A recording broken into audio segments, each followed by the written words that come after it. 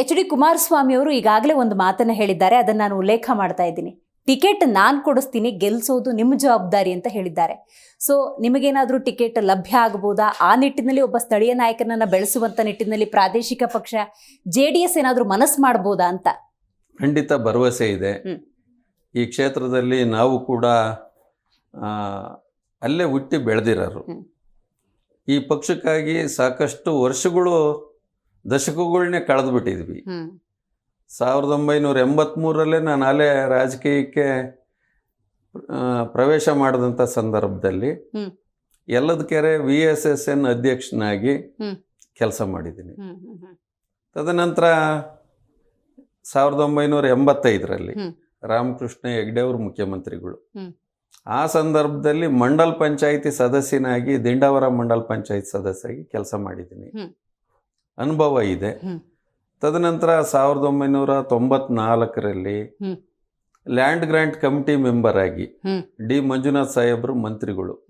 ಅವಾಗ ನನ್ನನ್ನು land grant committee ಸದಸ್ಯನಾಗಿ ಮಾಡಿದರು.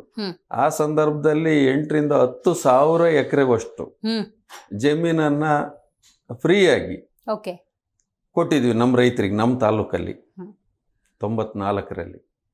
ಅದಾದ ನಂತರ 1996ರಲ್ಲಿ ನಾನು ತಾಲೂಕಾ JDS ಘಟಕದ ಅಧ್ಯಕ್ಷನಾಗಿ ಕೆಲಸ ಮಾಡಿದ್ದೀನಿ. ಎಷ್ಟು 17 ವರ್ಷ ಮಾಡಿದ್ದೀನಿ. 2013ವರೆಗೂ ನಾನು ತಾಲೂಕು ಅಧ್ಯಕ್ಷ.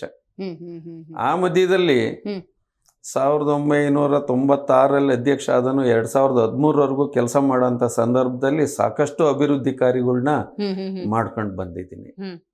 ಹಾಗೆ 2005ರಲ್ಲಿ ಜಿಲ್ಲಾ ಪಂಚಾಯಿತಿ ಸದಸ್ಯನಾಗಿ ಆಯ್ಕೆ ಆಗ್ತೀನಿ. ಜೋಗಣ್ಣಹಳ್ಳಿ ಕ್ಷೇತ್ರ ಅಂತ ನಮ್ಮ ಹಿರಿಯೂರು ತಾಲೂಕಲ್ಲಿ ಬಹಳ ಹಿಂದುಳಿದಂಥ ಹೋಬಳಿ ಅದು. ಅಲ್ಲಿ ನಾನು ಜಿಲ್ಲೆನಲ್ಲೇ ಅತಿ ಹೆಚ್ಚು ಮತ ಪಡ್ಕೊಂಡು ನಾನು ಆಯ್ಕೆ ಆಗ್ತೀನಿ.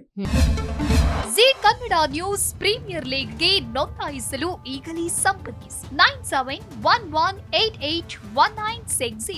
ಜಿ ಕನ್ನಡ ನ್ಯೂಸ್ ಪ್ರೀಮಿಯರ್ ಲೀಗ್ನಲ್ಲಿ ಫ್ರಾಂಚೈಸಿ ಆಗಲು ಈಗಲೇ ಸಂಪರ್ಕಿಸಿ 9711881959.